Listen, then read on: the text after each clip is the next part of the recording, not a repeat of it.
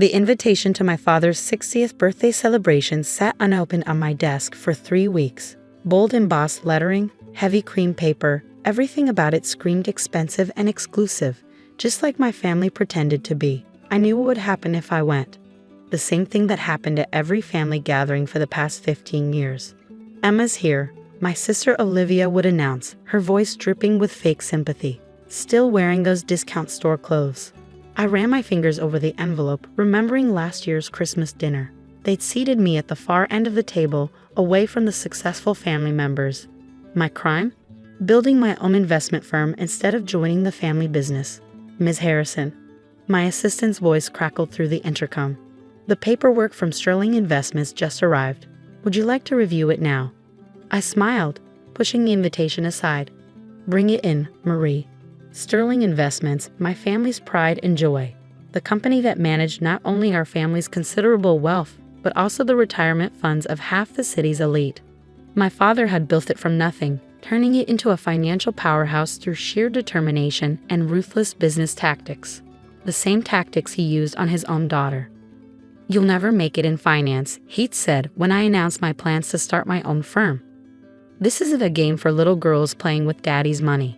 That was 15 years ago. Now, Harrison Capital managed over $10 billion in assets, all acquired quietly through subsidiary companies and holding corporations. My family had no idea I owned it. They thought I ran a small investment advisory service, barely scraping by. Marie placed the thick folder on my desk. "The due diligence is complete. Sterling's financials are exactly as our sources indicated." I opened the folder, scanning the numbers I already knew by heart.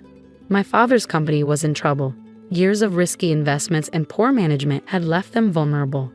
Their clients didn't know it yet, but Sterling Investments was hanging by a thread. My phone buzzed. A text from my mother. "Don't forget your father's party tonight. Try to dress appropriately for once." I looked down at my simple black pantsuit. No designer labels, no flashy jewelry. Nothing like Olivia's closet full of luxury brands and 5-figure handbags. But underneath my modest appearance lay something they couldn't imagine. Power. The party was being held at the Crystal Room, the most exclusive venue in the city. As I handed my keys to the valet, I could see my mother standing at the entrance, greeting guests in her Chanel suit and diamond necklace. Her smile froze when she saw me. "Emma," she said, her voice tight. "I thought we discussed dress code." I glanced at my watch, a simple timepiece that cost more than her entire outfit. Not that she knew that. "Hello, Mother. Couldn't you have made an effort, just once?" She sighed dramatically. "Your sister's wearing Valentino." "I'm sure she is," I murmured, stepping past her into the glittering ballroom. The room was packed with the city's elite. Bankers, executives, old money families who trusted Sterling Investments with their fortunes. My father stood in the center, holding court like a king, while Olivia hovered nearby in her designer dress. "Look who finally showed up," Olivia's voice carried across the room. "The family charity case." I watched several guests hide smirks behind their champagne glasses. They all knew the story, or thought they did. The rebellious daughter who'd refused to join the family business, choosing instead to struggle on her own. If only they knew what was about to happen. "Emma," my father's voice boomed as I approached. "Surprised you could afford the valet parking." More snickers from the crowd. I forced a smile. "Happy birthday, Dad." He barely glanced at my gift, a simple card containing a single business card. "Mine." He tossed it aside without opening it.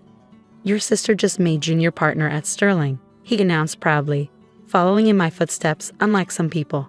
Olivia preened under the attention. "Daddy's taking me to Paris next week to meet with our European investors. We're expanding the pension fund division." I bit back a laugh. There wouldn't be any expansion. Not after tonight. "Ms. Harrison." A soft voice in my ear, one of my employees, playing the role of a waiter. "It's done." I checked my phone, reading the message that would change everything. "Purchase of Sterling Investments complete. All paperwork filed, awaiting your instructions." "Emma," my mother's sharp voice cut through my thoughts. "This is a private party. The help uses the service entrance." I looked up, meeting her cold gaze. "The help?" "Well, look at you." She gestured dismissively at my clothes. "You clearly don't belong here. Why don't you leave before you embarrass us further?" I felt the weight of every judgmental stare, every whispered comment. 15 years of dismissal and mockery crystallized in this moment. "You're right, Mother," I said quietly. "I don't belong here, not anymore." My father snorted. "Finally figured that out, did you? Go on then. Some of us have real business to discuss." I took one last look around the room, at my family, at their wealthy friends, at all the people who trusted their futures to Sterling Investments without knowing it was built on sand. "You know, Dad," I said, pulling out my phone, "you should really check your messages more often." His brow furrowed. "What are you talking about?" I pressed send on a pre-written email, then waited. 3 seconds later, every phone in the room started buzzing. The crystal room erupted in chaos as everyone read the message simultaneously. "Sterling Investments acquired by Harrison Capital." My father's face drained of color as he fumbled with his phone, hands shaking as he read the announcement. "This is impossible," he whispered, looking up at me with dawning horror. "Harrison Capital? That's my company," I finished for him. "The one you said would never succeed. The little investment firm you mocked for 15 years. Olivia pushed through the crowd, her designer dress rustling. "What's going on? Daddy, what does this mean?" I smiled, pulling a business card from my pocket, identical to the one in the birthday card he tossed aside.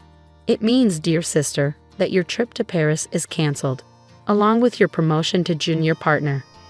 "You can't do this," my mother hissed, grabbing my arm. "This is our company. Your father built it from nothing." "And I built Harrison Capital from nothing," I countered, gently removing her hand. "The difference is, I did it without riding on anyone's reputation or connections." The party guests were now openly staring, phones recording every moment of the unfolding drama. My father, the great Charles Sterling, was visibly trembling. "How?" he demanded. "Where did you get that kind of money?" "Would you like to see my portfolio?" I asked, opening my tablet. 10 billion in assets under management, companies in 30 countries, a client list that reads like the Fortune 500. All built while you were telling everyone I was a failure. Olivia's perfectly made-up face contorted with rage. "You're lying. There's no way you could have built an empire." I interrupted, "Because I'm just the family disappointment? The one who wears discount store clothes and can barely afford valet parking?" I turned to the gathered crowd, many of whom were Sterling Investments clients. "Ladies and gentlemen, I apologize for disrupting the party. I want to assure you that your investments are safe. Harrison Capital has a stellar track record of maintaining and growing our clients' wealth. You'll all be receiving detailed information packets tomorrow morning." "Stop this immediately," my father roared, his face purple with rage. "I'll fight this takeover." You'll what?" I cut in softly. "Challenge it in court." "With what evidence?" "Your board of directors approved the sale unanimously this afternoon. They've seen the books, Dad. They know what you've been hiding." He staggered back as if I'd struck him. "What are you talking about?" "The pension fund irregularities, the mismanaged accounts, the creative accounting that's been covering up Sterling's losses for the past 3 years." I kept my voice low, but in the stunned silence, every word carried. "Did you really think no one would notice?" My mother's face had gone ashen. "Charles, what is she saying?" "Nothing," he snapped. "She's lying. Trying to destroy what I built because she's jealous of our success." I pulled up another document on my tablet. "This is a forensic audit of Sterling's books for the past 5 years. Would you like me to share it with the room? Or should we discuss this privately?" The fight seemed to drain out of him all at once. He sank into a nearby chair, suddenly looking every one of his 60 years. "How long have you known?" he whispered. "Long enough," I replied. "Long enough to watch you promote Olivia over more qualified candidates. Long enough to see you risk people's retirements on increasingly desperate gambles. Long enough to put together a rescue plan that would save the clients while teaching you a lesson about judging people by their appearance." Olivia was frantically texting, probably trying to contact her lawyer friends. "This isn't over," she snarled. "We'll fight this."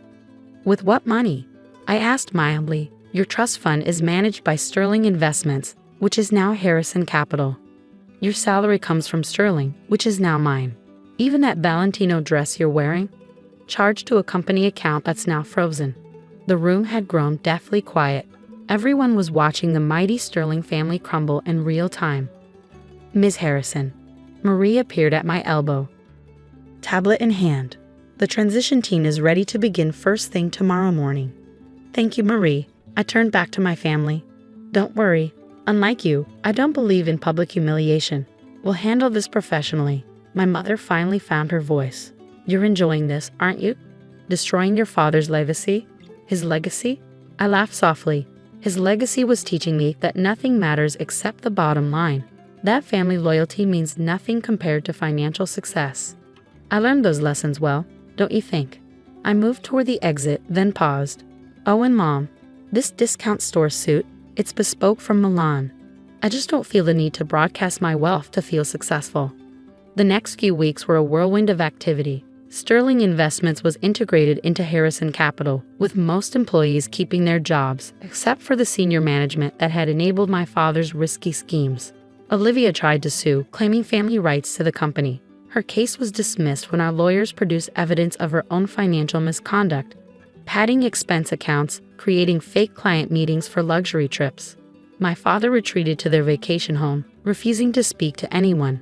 My mother alternated between tearful pleas and angry accusations, unable to accept that her unsuccessful daughter now controlled the family fortune. 1 month after the birthday party revelation, I sat in my office reviewing the transition reports when Marie announced an unexpected visitor. Send them in, I said, not looking up from my work. The door opened and expensive perfume filled the air. My mother stood there, looking smaller and older than I remembered. Your secretary didn't recognize me, she said quietly. Security protocol, I replied, finally meeting her eyes. We've had some interesting visitors lately. She sat down uninvited, her designer bag, last season's model, clutched in her hands. Your father, he's not well. The doctors say it's stress. I'm sorry to hear that, I said, and meant it. The company's medical insurance will cover any treatment he needs. That's not why I'm here. She took a deep breath. I want to understand. All these years, watching you struggle, or thinking we were watching you struggle. You saw what you expected to see, I said simply. A daughter who didn't fit your image of success. Someone who didn't care about designer labels or social status. We were wrong, she whispered, tears forming in her perfectly made-up eyes. So terribly wrong. I leaned back in my chair, studying her. Did you come here to apologize, Mother, or because your credit cards were declined at the country club? She flinched. We deserve that. We deserve all of it. But Emma, you're still our daughter. Surely that means something.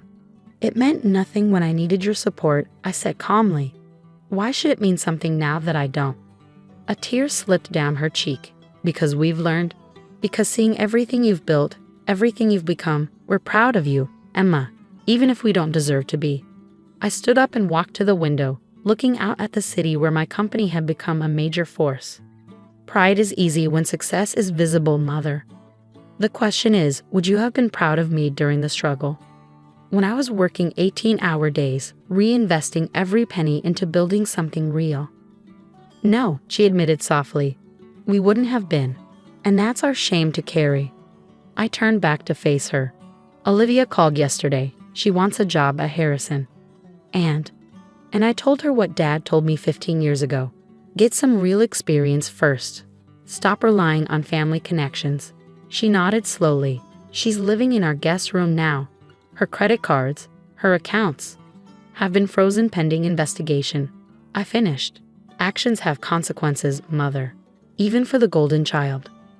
I pressed a button on my phone. Marie, please bring in the package for Mrs. Sterling. My assistant appeared moments later with a thick envelope. I handed it to my mother. What's this? She asked, opening it carefully. A second chance, I said. Information about the retirement planning services Harrison Capital offers. Investment options that don't depend on risky schemes. Everything you need to secure your future, legally and ethically this time. She stared at the papers, then at me. You'd help us. After everything? I'm not helping, I corrected her. I'm offering an opportunity. What you do with it is up to you. But understand this, there will be no special treatment, no manipulated accounts, no family favors. If you want to rebuild, you'll do it the right way. My mother stood, clutching the envelope like a lifeline. Thank you, Emma, for the opportunity and for the lesson. One more thing, I said as she reached the door. Next time you judge someone by their clothes or their car or their job title, remember this moment. Remember how expensive those assumptions can be. After she left, I returned to my work. Harrison Capital had grown beyond my wildest dreams, but success wasn't about proving others wrong. It was about proving myself right. The company continues to thrive, now one of the most respected firms in the financial sector.